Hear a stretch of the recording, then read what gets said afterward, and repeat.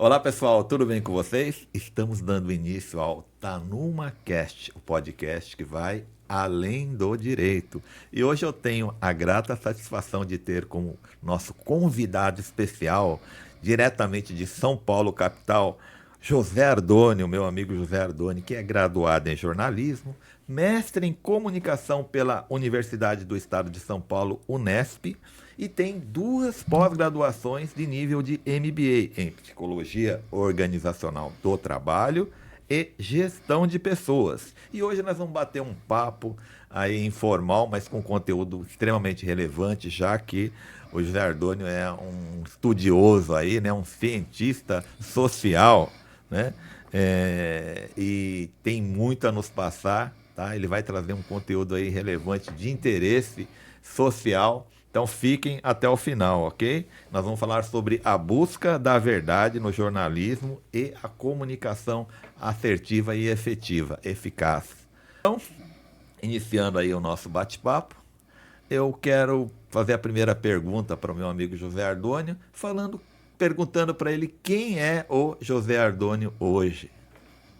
Olá, Nelson, bom dia. De antemão, agradecer o convite, né, de você e da sua equipe e dizer que é um prazer muito grande fazer parte desse projeto, que é um projeto que com certeza já é sucesso, né? Você que já vem de outras experiências, né, as quais eu tive, vamos dizer assim, o privilégio, o prazer, enquanto profissional, de participar e aprender também, dizer que sou muito grato pela sua amizade e pelas trocas que a gente tem diariamente aí, mesmo com essa correria do dia a dia, a gente consegue estabelecer contato, conversar sobre diversos assuntos aí interessantes do nosso dia a dia. Verdade. Eu sou José Ardônio, moro atualmente em São Paulo, né? Mas vim lá do interior do Ceará, uma cidade bem pequena chamada Novo Oriente. Ela tem atualmente 23 mil habitantes. Fica a 400 km de Fortaleza, capital do Ceará. E aí, aos 20 anos, eu mudei para Brasília com o sonho de fazer uma faculdade, né? Porém, na minha trajetória até os 20 anos, eu trabalhei na roça com os meus pais, na lavoura, né?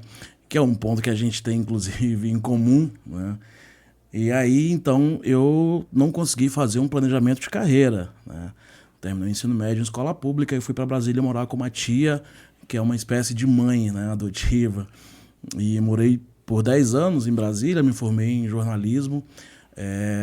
Uma faculdade que hoje já está bem maior, mas na época era pequena, chamada Facitec. Faculdade de Ciências Sociais e Tecnológicas do DF. Hoje ela é parte da Estácio, né? E tem um dos cursos mais, vamos dizer assim, mais bem avaliados pelo MEC, né? Então, assim, fiz uma faculdade boa, apesar de ser pequena, né? E aí, em 2013, estava desempregado e aí vim morar em São Paulo com uma amiga, né? A gente tinha um plano de montar uma assessoria de comunicação, uma agência de comunicação. Perfeito. Não deu certo por N fatores. E aí eu mudei novamente para o interior do Ceará para trabalhar com a assessoria de imprensa, né? Trabalhei um ano e pouquinho lá e voltei para São Paulo, porque terminou um contrato que a gente tinha lá e voltei novamente para São Paulo, mas dessa vez para morar em São Paulo, capital. E aí até hoje Que estamos aqui. maravilha. Muito bom, muito bom. Então, o José Ardoni falou em gratidão, mas na verdade eu tenho também uma imensa gratidão a ele, porque nós entre 2014 e Isso. 2017, eu atuava na prefeitura, né? Eu era diretor de qualificação profissional e criamos lá um projeto chamado Geração de Vencedores, de Isso. formação de jovens líderes, que eram estudantes oriundos de escolas públicas que vinham lá participar, assistir palestras de conteúdo relevante. E eu me lembro que o que impressionou muito os alunos, depois muitos vieram até falar comigo, foi a história e de superação de José Ardoni. Eu vou tomar a liberdade de perguntar Claro. para ele sobre o assunto, porque ele falou na palestra aberta, né? Se ele não tivesse falado, fosse só em off, não, não, não falaria aqui publicamente. Mas eu acho que ele vale como assim um grande ensinamento, um exemplo, né? Por que que eu acho que o José Ardônio, eu acho não, eu tenho certeza que ele é um grande exemplo de ser humano, profissional, um excelente profissional, uma pessoa do bem, né? porque Obrigado. ele disse nessa palestra, até ficou assim, calou profundamente assim na minha mente, no coração, que ele falou que quando ele nasceu, né, ele teve uns pais adotivos, ele mencionou agora, que ele infelizmente, né, por algum motivo que ninguém sabe, só Deus, né, deixa na mão de Deus, ele foi abandonado, né, embrulhado em jornal, e até ele falou assim, né, até um exemplo de superação, ele falou assim que por isso que ele teve o sonho de ser jornalista, né? Não precisa falar sobre esse motivo, essa parte que eu já estou falando por você. Mas qual que é assim, a dificuldade maior que você vê na cidade, que você via para qualquer pessoa, para um estudante, para um profissional crescer na cidade onde você morava? Quais eram as barreiras, né, que certamente te trouxeram para São Paulo? Se eu tivesse morando atualmente em Novo Oriente, até hoje, Nelson, certamente eu estaria focado com outros projetos. Estaria sobrevivendo, né? Sim, ligados à educação, porque sempre foi uma paixão, eu sempre gostei muito. E aí, inclusive, ontem, preparando mentalmente a minha fala para hoje, eu fiz um percurso, assim, né? A primeira dificuldade que a gente tinha era o acesso à educação. Como eu morava no sítio com meus pais, eu e os meus primos, a gente tinha dificuldade de se locomover para a sede do município, que ficava a 15 quilômetros. E aí, naquela época, era difícil a questão do transporte escolar, né? A gente não tinha... E aí, assim, as minhas tias, por vários anos, elas conseguiam se locomover até a sede, mas elas dormiam por lá, uma espécie de república, né? Ou na casa de parentes, enfim, se alocavam. Mas, devido à necessidade de trabalhar no roçado e sobrevivência, essas coisas todas, para mim era mais difícil, porque eu precisava trabalhar, então se eu quisesse estudar eu tinha que ir e voltar à noite para trabalhar no dia seguinte, né? Então esse foi um dos pontos, assim, dos fatores principais que me fizeram migrar, e eu acredito que a maioria das pessoas da minha idade à época e até hoje tem essa questão do êxodo rural, né? Elas procuram os grandes centros para sobreviver, porque não tem condição de se manter com o roçado, enfim, é tudo muito mais caro, né? Mas tem muita gente que acaba ficando, né, velho? Que também é bom você fixar na terra, ficar próximo da família, mas ela não consegue, às vezes, crescer, né? E aí hoje, assim, uma coisa que eu tenho orgulho de falar, porque a minha cidade é uma das mais pontuadas nos rankings, por exemplo, do IDEB, ano passado. A gente entre as 10 escolas, a gente ficou entre as 10 escolas do Brasil, né, das melhores, assim. As crianças até arrepio, porque assim é uma coisa que eu tenho vários amigos que começaram, né, na educação com dificuldade para estudar e hoje são formadores dessa nova geração que está chegando e está transformando o nosso município, né? Que legal. Inclusive, você tem um projeto lá, né? Eu lembro que você já me convidou para fazer umas lives para a garotada lá. Como é que funciona esse projeto lá? Eu até submeti esse projeto agora para o doutorado, né, que legal. na Unesp. E aí eu pesquiso justamente a questão da história do município, os acontecimentos, né? Eu tento pautar, por exemplo, essa questão da premiação das escolas, é uma coisa que eu sempre trago, porque assim, entra prefeito, sai prefeito, e aí uma das questões que eles mais trabalham, né, seja de partido A, partido B, enfim, para eles não interessam, é a questão da educação, né? A gente vê isso claramente no nosso município, a preocupação com o fator educação, né? E isso é um dos pontos que me motiva a continuar a trabalhar. É um perfil no Instagram, que a gente está com mais ou menos 7 mil seguidores, e a gente tem uma fanpage que tem 30 mil. Que bacana. E aí, assim, a gente procura sempre divulgar positivamente as ações do município, né? Claro. Deixando de lado essa questão negativa, de violência. Claro que quando tem, por exemplo... lugar, né? Sim, quando tem alguma coisa que afeta a sociedade, a gente procura abordar de uma forma profissional, né? Sem partir para o lado... Né? Sem política. Sem fazer juízo de valor. Ô, Sardoni, quantos habitantes tem lá mais ou menos hoje, Novo Oriente? Tem cerca de 25, 20, varia, pequena, né? Bem pequena. Mas como que você vê hoje o nível de, lógico, com todo esse trabalho seu e dos seus amigos, dos formadores, dos educadores, Você acha que está bem melhor hoje, comparando com a época que você saiu de lá? Muito mais. A gente tem uma escola, Nelson, que é de tempo integral. Olha. Os meus sobrinhos estudaram lá e é uma das melhores, inclusive, do estado do Ceará. Olha. Tem 3 cursos, eu acho que... Surpreendente, né? Se eu não estou enganado, enfermagem, eles formaram enfermagem, técnico em enfermagem, administração e informática, né? E é uma escola de muito boa qualidade. Que né? legal. O nosso secretário de Educação é cearense, né? Então ele está investindo muito aí na educação do Ceará. E aí, se a gente for comparar de hoje, lá 2003, tem o quê? 20 anos, 21 anos.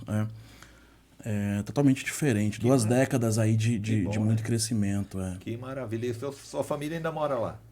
Mora lá em Novo Sim, Oriente? sim. A minha família é muito grande, bem numerosa. Mas tem muitas aqui em São Paulo? Né? Tem bastante. Que legal. A maioria dos meus primos moram aqui em São Paulo. Tem uma tia que mora em Brasília. E tem as minhas irmãs, tias adotivas, enfim, Que legal. que moram lá. Né? Até hoje, Novo Oriente. na casa que era do meu pai. E elas fazem questão de manter Que legal. o Porque formato. eu vejo, eu acompanho você nas redes sociais, você sempre está à volta lá para visitar os seus parentes, seus pais, né?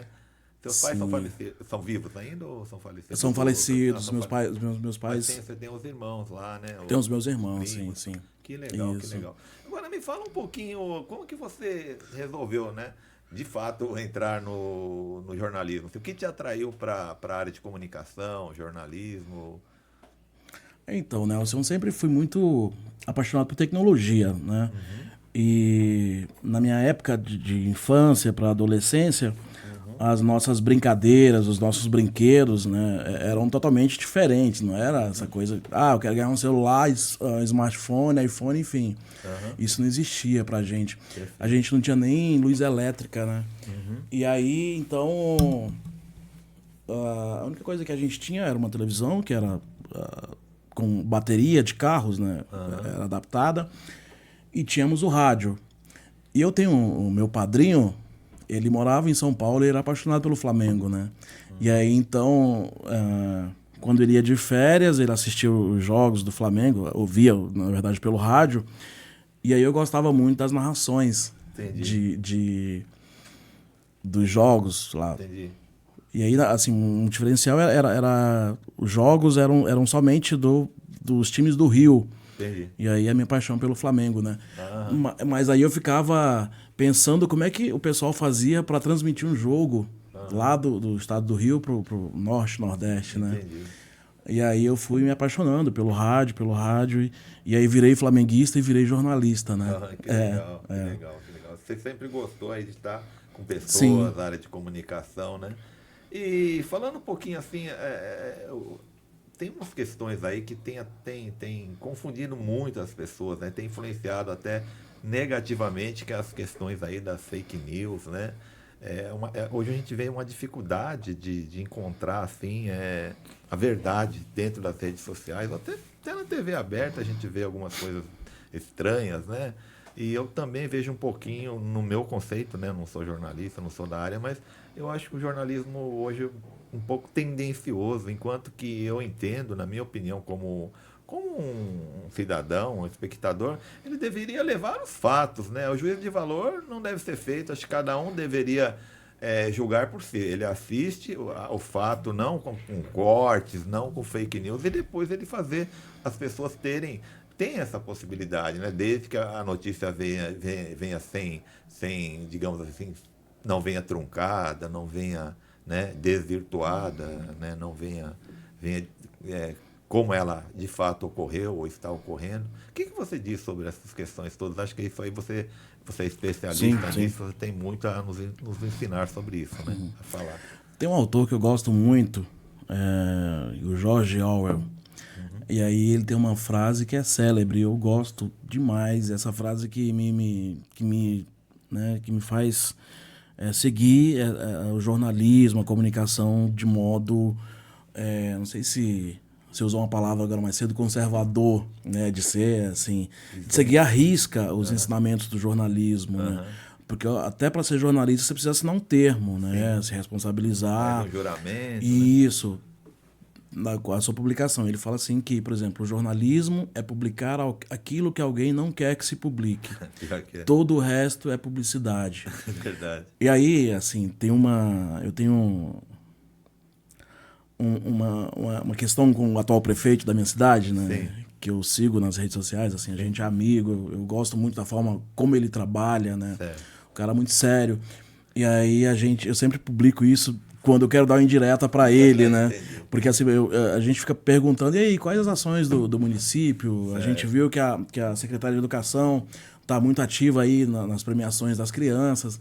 E aí, por exemplo, cadê a Secretária de Saúde, que a gente vê que ela está trazendo bastante ambulância, está conseguindo equipamentos, né?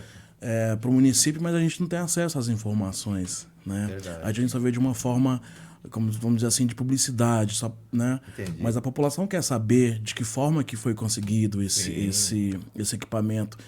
E aí, então, isso, se a gente não investiga, se a gente não pesquisa, eu tenho fama na minha cidade de que eu sou o rei das enquetes, né? Porque todo dia eu lanço uma enquete e todo mundo participa, né?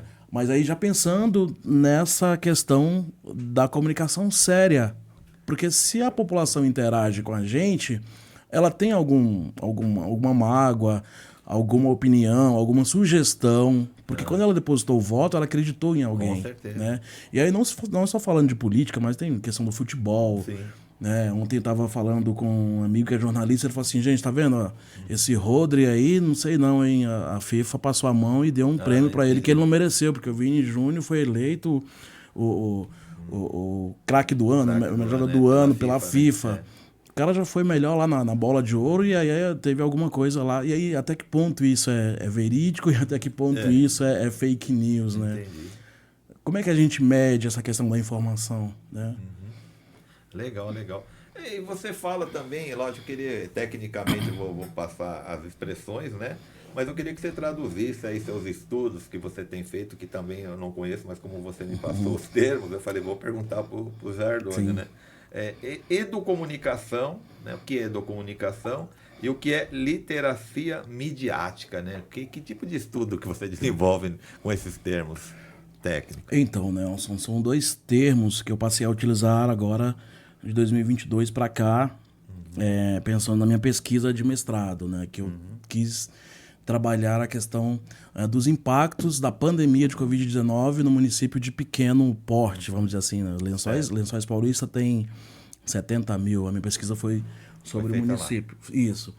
E aí, baseado no que a Organização Pan-Americana de Saúde, a OPAS e a OMS entendiam como comunicação de risco. Entendi. Né? Por exemplo, você é jornalista de uma grande empresa pública. Sim. E aí, de repente, um órgão maior mandou para você uma informação, você precisa passar para a população. E você não pode passar com ruído, você não pode passar... Isso é uma comunicação de risco. Entendi. Então, antes de você comunicar uma informação que é nova, que a população não tá ainda familiarizada, você precisa... O seu jeito de falar vai ter que mudar, a sua expressão... Entendi. Tudo isso, e aí eu não sou, nessa área, eu não sou especialista, eu não conheço muito bem, porque tem áreas que trabalham, né? Mas a questão da educomunicação, a gente pode trabalhar a forma como a gente vai mudar os nossos hábitos em se comunicar, né? Por exemplo, antes eu vendia na minha padaria um bolo chamado Nega Maluca. Entendi. A gente, naquela época, a gente entendia que era um bolo de chocolate, enfim... Hoje isso soa como racismo, e de fato não tem necessidade de a gente usar um termo desse para, né? Então isso é a gente exatamente melhor, né? A gente buscar formas, e aí entra a comunicação assertiva, da gente buscar meios de dialogar de forma de igual para igual, né?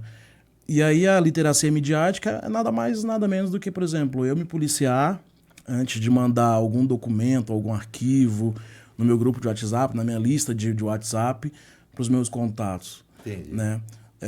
Eu vou estar sendo medido, né, enquanto pessoa, enquanto profissional, pelas coisas que eu compartilho. Sim. Se eu compartilho fake news todos os dias sobre assunto A ou B, eu estou sendo injusto com a minha audiência, né? E estou sendo irresponsável comigo, estou sendo mau caráter, porque assim, eu sei que aquela informação não é verídica, Mas mesmo assim eu estou compartilhando para causar um problema para alguém. Né? Entendi. Eu gostaria de perguntar para você, Zardoni, a maioria dos memes, desses fake news, é criado por brincadeira ou geralmente tem uma motivação mais assim de persuadir as pessoas, Sim. digamos assim, distorcer alguma verdade? O que você acha? Porque a gente vê muito, né? Tem alguns que a gente parece brincadeira, principalmente no TikTok, Sim. parece uma coisa meia... O que você acha, assim? Eu tô lendo um livro, Nelson, que chama A Cultura dos Memes no Brasil. E aí essa questão da memética, que é como se fosse uma ciência, né? A gente estuda a memética para entender questões culturais, comportamentos, enfim. Mas quando passa pro lado negativo, xenofobia, racismo, homofobia. Sim. A gente estava vendo um meme de um município da Argentina, no interior da Argentina. E aí tinham os dois partidos, era época política, né? E aí pegaram a foto de um garoto de uma periferia e colocaram um termo lá, né? Que o rebaixava. Sim. É como se fosse assim, esse é... Pejorativo, né? Totalmente. E aí a foto do garoto viralizou, né? Ganhou... Mas as pessoas que vão espalhando, às vezes é por brincadeira mesmo. Na maioria das vezes... Na maioria das vezes eu acredito que seja por inocência, porque acho interessante. Mas, por exemplo, quando tem meme de crianças, se eu recebo, eu já deleto. Sim. Ou então eu até alfineto a pessoa e falo, não manda esse meme, porque tá brincando com a imagem da infância, das crianças, né? É ilegalidade, é legal Sim. você ficar usando, né? Sim. Você viola o direito à imagem, viola a dignidade da pessoa, Tudo. né? Principalmente quando se usa de forma pejorativa. Tudo isso. E aí eu acho que tem muito a ver, essa pergunta brilhante que você fez, tem muito a ver com a educomunicação e com a literacia midiática, né? Da gente então, tentar... teria que ter uma preventiva, um trabalho pedagógico, educacional preventivo, Isso, para exatamente. tentar conscientizar, né? E quem você acha que mais é afetado por memes, por fake news, né? A criança, o adolescente, o adulto, enfim, ou é geral, assim? Qual é o público-alvo desses memes, desses fake então, news? é uma coisa que é um assunto muito sério, inclusive discute-se muito em congressos, enfim. Tem grupos de trabalho voltados só para essas questões. Sim. Hoje em dia, com o avanço da internet, a gente não consegue mensurar, né, assim, de bate-pronto. Não consigo te trazer um dado, assim, quem utiliza mais essa questão do meme. Quem é mais afetado. Apesar de saber que já tem pesquisas nessa área, né? Já tem que trabalha, que se debruça sobre isso.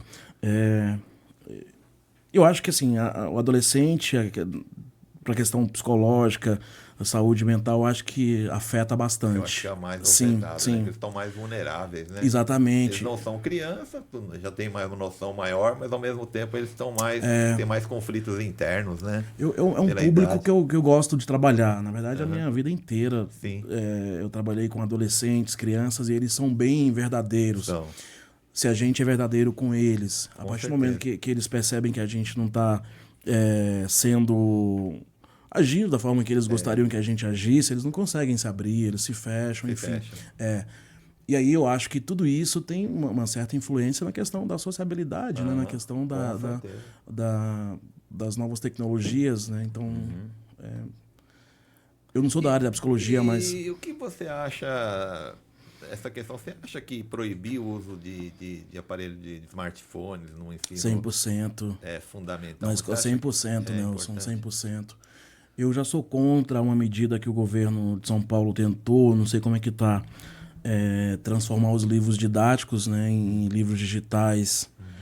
Teve houve uma tentativa aí, né? Uma discussão bem mais acirrada, assim, bem mais, né, agora no ano passado. Mas eu sou totalmente contra, porque eu acho que o livro físico, ele te dá a questão da fixação da leitura, a questão do toque, né? Enfim, fixa parte mais. Sinestésica, né? Bacana. Ô, Zardoni, você com um grande exemplo aí de um profissional de sucesso, uma pessoa do bem aí, né? Uma pessoa que tem aí um caráter, uma personalidade formada, né? Qual é as dicas que você daria, assim, qual o caminho que, né, genérico, de forma genérica, que cada jovem, cada adolescente tem um sonho, tem um caminho a seguir. Mas, assim, que dicas você daria para quem quer entrar no mercado, qualquer que seja a área dele? Quais são os pré-requisitos, né, em termos de competências técnicas? Não vamos falar porque é específico, mas comportamentais. Quais são? Né? Porque você é uma pessoa que tem grandes, né, você tem bastante competências comportamentais bem definidas, as chamadas soft skills, né? Quais são as soft skills que quem quer entrar no mercado hoje, essa nova geração, precisa ter? Tem um dizer, né, a gente fala assim no Ceará, me diga com quem tu andas que eu direi quem tu és, né? Eu sempre me inspirei nos meus professores, nos meus chefes, né? Não sei se esse termo é adequado, mas assim, nos meus líderes. E assim, eles sempre me davam feedbacks legais.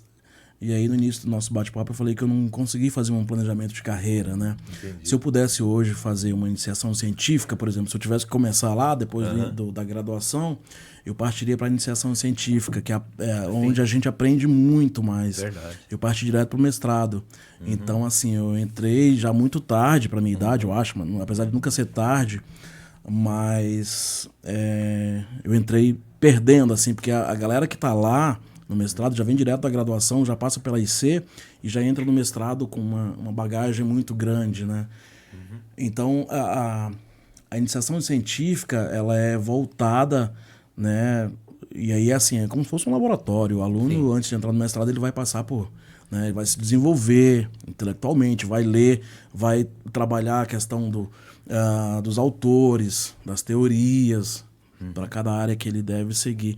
Isso eu estou te falando para responder a questão de o que eu faria hoje para um profissional de sucesso. É estudar, dica, né? é estudar. E aí não interessa se você é da Zona Sul, da periferia, enfim. Eu acho que a questão da educação, ela muda completamente. Transforma a vida. Transforma. E aí, assim, eu falo com propriedade hoje, porque eu já tô com 40 anos, 42 anos, né? Certo. Mas, por exemplo, há 20 anos atrás eu não tinha noção do que seria a minha vida aos 40 anos. Entendi. Primeiro que essa questão da rapidez tecnológica, a gente se perde muito e o tempo parece que voa, né? E a pandemia acelerou muito, né? A gente viveu, por exemplo, 2020... Como é que você sobreviveu à pandemia? Foi muito triste, Nelson. E aí, antes de vir para cá, né, tomando café, eu pensei justamente num termo que eu usaria aqui com você, né, com os colegas, para falar sobre a questão da gratidão. Sim. E aí tem é bíblico, e eu faço questão de carregar sempre comigo, que é 1 Tessalonicenses 5,18. Em tudo dai graças, porque esta é a vontade de Deus para a sua vida. Que legal. E aí, voltando para a pandemia, foi justamente isso. Eu falei assim, Deus, eu sou grato a você por tudo. Sim. Ou na pandemia, ou fora dela, no isolamento, porque foi um período muito difícil. Foi muito A gente precisou fechar o apartamento e ir embora para o interior para fugir dessa questão do distanciamento. Risco, né? Exatamente. E São Paulo estava deserto, né? Então, e agradeço por Deus ter me dado essa oportunidade, e foi lá justamente nesse período que eu consegui montar meu projeto para o mestrado e encaminhar e conseguir. Você teve tempo, né? Exatamente, bastante. Foram quase 3 anos, né? Foi. Foram 3 anos, né? E aí, resumindo a questão pandêmica aí, a questão da crise, né? Foi. Você no seu MBA em Psicologia Organizacional do Trabalho, Gestão de Pessoas, o que você aprendeu, o que você pesquisou, o que você desenvolveu que você possa dar aí de dica principalmente para os jovens, ou em geral, né, para quem quer entrar no mercado de trabalho, né, já que gestão de pessoas tem tudo a ver com recursos humanos, né? Você não gosta de recursos humanos, né? Sim. Mas ainda se usa muito nas empresas esse termo, né? Hoje fala-se talentos humanos, né? Sim. O que você conseguiu interpretar aí do que acontece na sociedade brasileira, no mercado de trabalho como um todo, pelos olhos da psicologia, né, organizacional do trabalho e gestão de pessoas? Esse curso, Nelson, fiz em 2015. Eu saí da faculdade em 2009. Em 2010 eu fui fazer um curso de um treinamento de coaching. Coaching. né? Que legal. E aí, assim, teve um boom aqui no Brasil. Sim, é verdade. E aí eu fui fazer esse curso muito caro e achando que ficaria milionário, né? Com o coaching. Mas mais que isso, eu parti pro lado do autoconhecimento. Sim. Né? Que, assim, nunca é demais. E aí eu precisava me desenvolver, porque, mais uma vez, a minha infância foi toda no interior. Sim. Então, questão interpessoal, Sim. de comunicação, eu tinha muita dificuldade. Uhum. E aí eu precisava me desenvolver para, né, trabalhar. E aí um jornalista precisa ter alguns dessas skills, né? Sim. Desenvolver, enfim. E aí a pós em psicologia organizacional é voltada mais para a questão não seria comunicação interna, mas ela também trabalha na questão da comunicação com o seu colaborador. Sim. Internamente. Sim. E a questão como a empresa se mostra para o mercado. É um curso bem completo, porque assim você vai trabalhar, vamos dizer assim, 3 pilares. A questão de desenvolver talentos, né, buscar o talento para sua empresa. E aí tinha uma professora que brincava, né, com a gente. Você tem talento ou você tá lento? Né? Porque nem sempre... E aí é uma coisa que ela trazia sempre para nossa aula, a professora Maricela Magalhães, que eu, assim, sou fã, a questão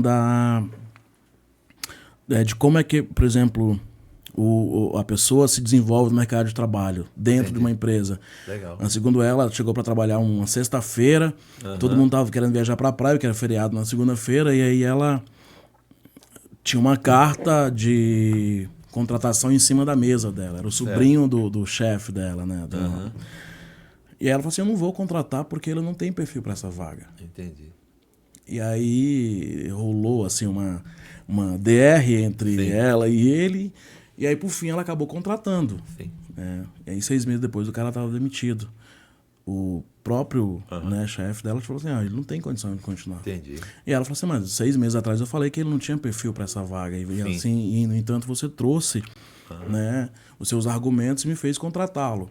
Então, a psicologia organizacional vai trabalhar mais ou menos isso. Né? A questão da comunicação do colaborador com a organização, enfim, né? Tem essas preocupações. E a gestão de pessoas, exatamente, é você saber gerir uma empresa, gerir pessoas. Tem um case que eu gosto muito, que é do Roberto Justus, né? Que ele entrevistava os estudantes, né? E aí ele era muito duro, né? Eu achava assim, muito duro nas perguntas, nos testes. Mas a partir dali é que formavam-se os novos líderes, né? É verdade. Porque não era só aquele processo, mas ao longo na trajetória daquele profissional dentro da empresa, ele ia moldar de acordo. Perfeito. E tem muita gente que fala muito bem do Justus, porque assim, ele é de fato um grande... Sim, grande empresário, né? Um grande líder. E o mestrado em comunicação pela Unesp, o que você desenvolveu lá? O que você aprendeu? O que você pode passar para a gente de uma forma simples, né? O aprendizado aí de forma teórico-prático para a pessoa possa utilizar no seu dia a dia, né? Sim, então, Nelson, a gente sempre acha que a gente não tem condição de entrar no mestrado, né? Verdade. Especialmente eu que vim, assim, eu estudei a vida inteira em escola pública. Sim. Tentei vestibular na faculdade pública, não consegui, porque não tinha tempo para fazer cursinho, enfim. Entendi. Então, eu precisava trabalhar e estudar. Mas o mestrado me mostrou totalmente o contrário. É no mestrado que se aprende, né? Nossa. Porque além de você... eu fiz quase 50 créditos para o mestrado. Caramba. Obrigatório são 34. Eu fiz praticamente o dobro. Superou, né? Porque eu me via envolto assim, no meio de uma experiência muito rica. É lá que a gente aprende. Sim. Porque você submete artigos, você submete trabalhos para os congressos, enfim. Aí ali, por trás daquilo, tem as pessoas que vão avaliar o seu trabalho. E elas vão aprovar ou não. E se aprovado, a faculdade te dá um incentivo para você viajar. Sim. Você apresentar o congresso no congresso X. Certo. E mais que isso, você apresenta... E ainda tem as pessoas que vão lá no GT, que é o grupo de trabalho, para questionar o seu trabalho. Não no sentido de negativo, mas sempre com a ideia de melhorar o seu argumento, o seu trabalho, enfim. Com certeza. E aí, no meu trabalho, no mestrado, a gente estuda a questão da comunicação de risco, né? Tem uma professora muito competente da Unesp, que é a professora Rosiane Andrello, se não me esqueça, que ela é muito, muito competente. Ela trabalha a questão da comunicação interna, né? Se eu não estou enganado. Seria mais ou menos assim, trabalhar com gestão de risco, de empresa. Exatamente, tudo isso, exatamente. Ou do poder público, enfim. Seria no poder, assim, particular ou administração pública ou não necessariamente? Porque, assim, a academia geralmente ela é voltada mais para questões de sociais. Questão de privada. cursos mesmo, né? Ela tá meio fora do mercado de trabalho. Entendi. Então, assim, a gente vai pegar um caso e vai analisar aquele caso, vai entrevistar as pessoas que trabalham, vai, né, levantar material científico para desenvolver um estudo acerca de um determinado assunto. Quando você comunica de forma assertiva, de forma ok com as pessoas, que você é correto com as pessoas, não tem por que se temer. A gente falava mais cedo sobre a questão da comunicação, de como é que a gente pode deixar os nossos contatos nas redes sociais, sem querer invadir o espaço do outro. Sem ficar fazendo tipo de vendedor, sem que eu interprete Sim, como vendedor. exatamente. Né? Mas Vender a partir do sem vender. Né? porque a partir do momento que a gente entra numa rede social, é pra gente estar lá pra se mostrar, não no sentido pejorativo, mas assim, eu tive casos aí, assim, antes da pandemia eu tinha uma agência de comunicação que era assim fantástica, né? Tem até um colega nosso, o Ronaldo Ribeiro, que vai nos assistir. Ele participou de uns trabalhos que a gente fez, né? A gente fez uma série de lives, e aí era ao vivo, eu entrava ao vivo para um congresso, e aí eles queriam que a gente fizesse uma coisa assim dos deuses, assim, uma coisa de outro mundo. Mas eles não davam pra gente o que a gente precisava, que era a informação. A informação. A gente, por exemplo, queria que eles mandassem um mini currículo do palestrante, porque a gente ia divulgar no nosso, enfim. Ou seja, as pessoas querem entrar, as empresas querem entrar nas redes sociais, mas elas não têm o mínimo de maturidade para dar o que a pessoa quer saber dela, de fato. Porque se eu vou comprar, sei lá, uma hospedagem num hotel, a gente entra lá no Google e vê a avaliação né? Então, assim, se eu não posso dar a minha avaliação, se eu não posso dar o que eu tenho, assim, para as pessoas me conhecerem, para que elas possam me conhecer, como é que eu vou estar sendo? Não tem, né? Não tem como me comunicar com igual aquilo que eu falei, né? A pessoa, o advogado que acha que não pode colocar o número do telefone, o endereço, aí como não é que a pessoa vai te achar? Infelizmente não tem como. E aí eu acho que o sucesso da comunicação, eu acho que 90% é isso, né, Nelson? É você saber se comunicar com a sua audiência e mais que isso é você ser justo com ela. Sim, porque afinal ela vai comprar o seu trabalho. Se eu sigo, por exemplo, um digital influencer lá, eu quero que ele me traga as melhores experiências, assim, de como é que eu devo me portar nas redes sociais. Ele não precisa ser só um psicólogo ou um médico, enfim, né? Que ele tenha, que ele me traga essa segurança. Né? Maravilha. Bom, estamos aí caminhando já para o final, tá? Eu vou abrir aqui, passar a palavra para o José Ardoni para ele dar as palavras finais aí para os nossos ouvintes aí, o que ele quiser falar aí para finalizar, tá joia? Os agradecimentos, enfim, tudo que você quiser falar e deixar um recado importante aí, uma mensagem para os espectadores. Tá joia, Nelson. Te agradeço muito mais uma vez aí pelo convite e dizer que estou sempre à disposição, pode contar comigo sempre, no que eu puder ajudar, tanto você como a sua audiência, que é um canal que cresce cada vez mais aí, né? E aí eu te desejo muito sucesso e que 2025 muito mais portas se abram para você, para os que te seguem, que te acompanham, para sua equipe. Deixar um abraço especial e desejar a todos aí um 2025 de muita paz e de muita alegria, saúde e de coisas boas e que a gente consiga continuar aí na comunicação assertiva, né? Com certeza, com certeza. Ô Zé Ardoni, deixa aí o seu contato, qual que é o seu contato, o Instagram, o que você quiser aí, tá? Para o pessoal te encontrar aí, que quiser Tá joia. Né, te conhecer melhor aí, do seu trabalho Legal. principalmente. Então, Nelson, eu vou fazer um pedido para você, e aí, através do meu e-mail, quem quiser me contatar, eu estou fazendo uma pesquisa que está quase finalizando, né? Eu vou entregá-la em janeiro, que é como é que é a questão do trabalho docente em tempos de inteligência artificial. Vários colegas já responderam, e aí, enfim, meu e-mail é joseardonio@gmail.com. Beleza, né? beleza. E meu Instagram é @joseardonio. Maravilha, Isso. José Ardoni. Bom, pessoal, com isso nós vamos aí encerrando o penúltimo episódio da primeira temporada, 2025. Começamos aí a segunda temporada, com a Legal. graça de Deus, né? Legal. Com foco, força e bastante energia positiva. Quero agradecer novamente, né, o nosso convidado especial, José Ardônio, né, que trouxe um conteúdo aí fantástico, com vasto conhecimento Conte na área de comigo. comunicação. Né? Quero agradecer ao empresário Robson Guedes, o Robinho, né, que é o proprietário desse estúdio fantástico, aos jovens colaboradores aí, Kaique e Roque, que são colaboradores do Robinho, mas ele empresta aqui para fazer um trabalho excelente, né, na parte de som e imagem, está sempre com a gente sempre é muito grato.